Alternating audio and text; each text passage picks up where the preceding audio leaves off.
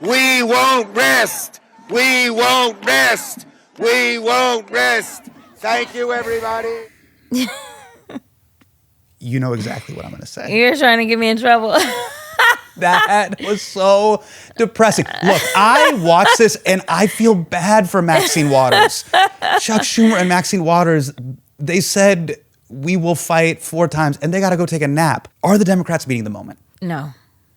I just have to be honest. And here's the deal. I don't think that you'd ever get a Democratic Party that would be full of like nothing but Jasmine Crockett's. Like that's just not going to happen. Right.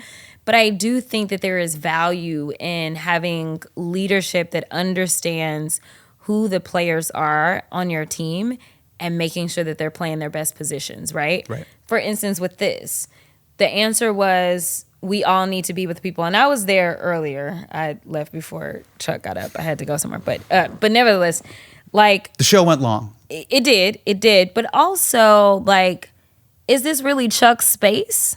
Not necessarily. This isn't necessarily his space. They did have some senators that are a little more vibrant. Gotcha. Is how I'll say it. Yeah. That were there. Spicier with their sriracha. Correct. And so literally it could have been him doing a press conference where he looks natural, right? Like in the Senate, and basically saying, I thought that it made sense to send Senator Chris Murphy, to send Senator Cory Booker out so that they could go and represent for us. And then I think that you look more cohesive, you look more normal, right? Because he's in his natural habitat and he's basically saying they're a part of my team and I appreciate what they're doing and this is what they're doing for us. Right. And taking that. I think we need more of that.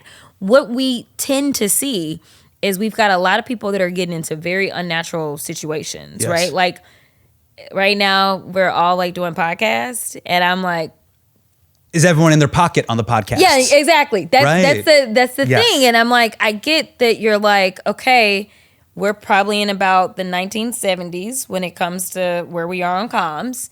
And the Sure. Republicans are like 2030. So we trying to catch up, right? But I'm like, not everybody goes on the podcast. Yeah. And it's not even being like shady.